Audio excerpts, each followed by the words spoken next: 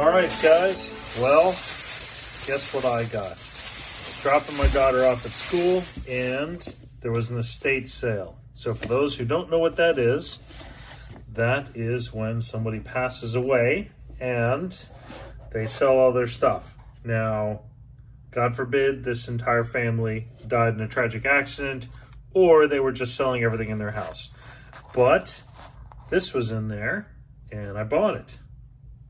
It doesn't seem to be working, but I will go ahead and clean it up, and then I will do a review, and I'll try and change the battery because I think this is what the problem is. So in the meantime, let's watch a promotional video about it.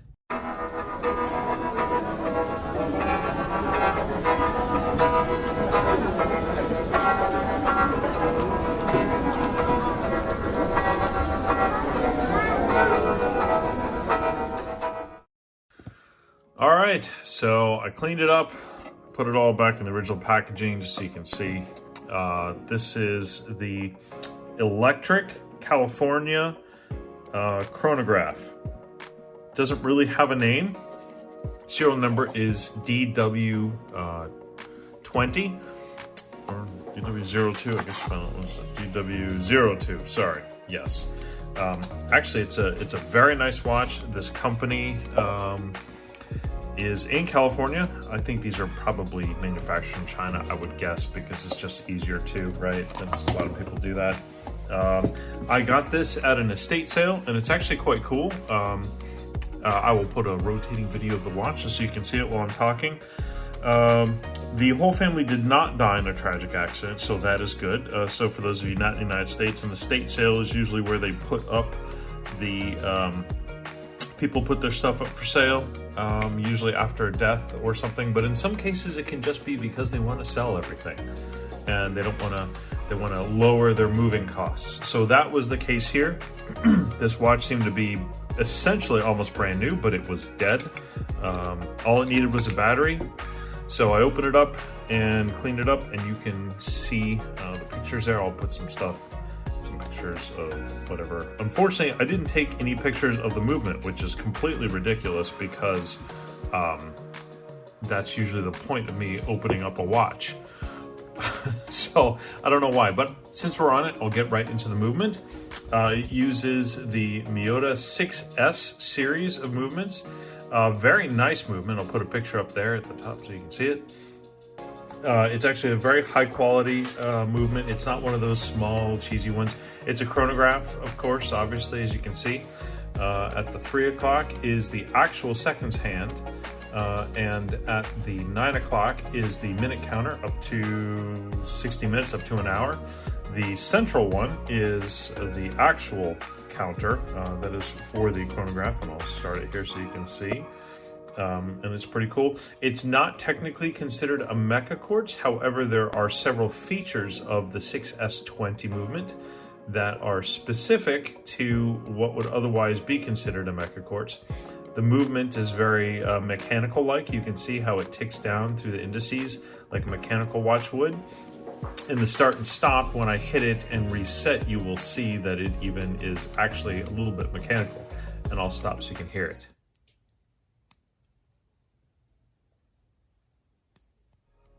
So I thought that was kind of neat. And I'll just get right into some of the awesome features of this watch. The movement is, the watch itself is a 300-meter dive watch, and it is legitimately a dive watch. You can actually use it very much so for 300 meters. It's pretty fantastic. I got the chart up there on the right.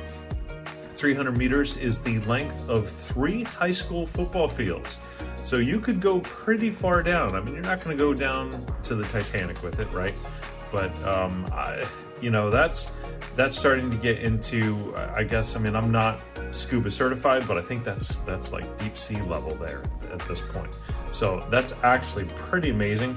The watch strap comes, for this specific model, you can get it in either a nylon watch strap, right, which I guess is, they call it something sail, I forget, I'm sorry, or an actual rubber watch strap, which this has, and it's in great shape. Again, it's almost like the guy had never used it. More on the fact of it as a dive watch. These you can screw these in and lock it so that it can't move. There's a name, I forget, I apologize. It also has a screw down crown, and built into the crown, which is actually quite cool, is the helium release valve. And for those who don't know, that is when you go down to a certain level, the helium can build up and it releases out of here. It creates pressure within the watch, and rather than having it blow out the crystal or some such, it would simply just release the helium from here, which then of course creates a vacuum in there. But nevertheless, it's pretty cool. Nice back, anodized, very cool. I love the case construction.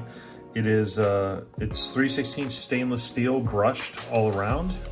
It actually has a working bezel. The bezel itself is aluminum. There's no pip, so there's that. And unfortunately, there's also no lume on the hands. So I don't know how useful that is, but I suppose that if you were going to be diving at this level anyways, you would have a light and you would then be able to see into the watch. But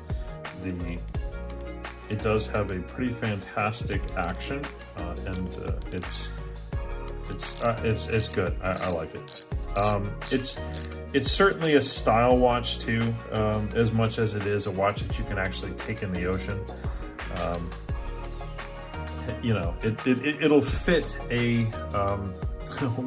what do they call it? A dive suit, certainly. You know, it doesn't, but it's rubber. Personally, I like these better, especially if you're going to be in the ocean. I don't necessarily want like a chain like this, because at least as far as I know a lot of people use these, but you know, down here in Florida, when you are snorkeling, you'll find yourself surrounded within a 360-degree sphere of barracudas. And they're looking at you because they're thinking the entire time, is this something to eat, or is this going to eat me, right? And so they won't attack until such point that they actually think that it's a fish. So if you have like a knife, right, that's shiny, immediately they're like, okay, that's a fish because it's glinting like a fish, and so then they'll go attack it. So you don't really want nice big shiny objects on you. So I don't know why all the dive watches have that. That's why this is a little bit more realistic. Anyways, let's see, what else can I talk about it? Well, we can do some weight, first of all. So I'll get that going. It's actually quite heavy, so as you'll see. Oh.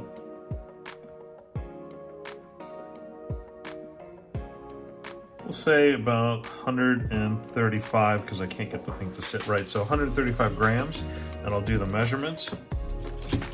It probably looks like a 42.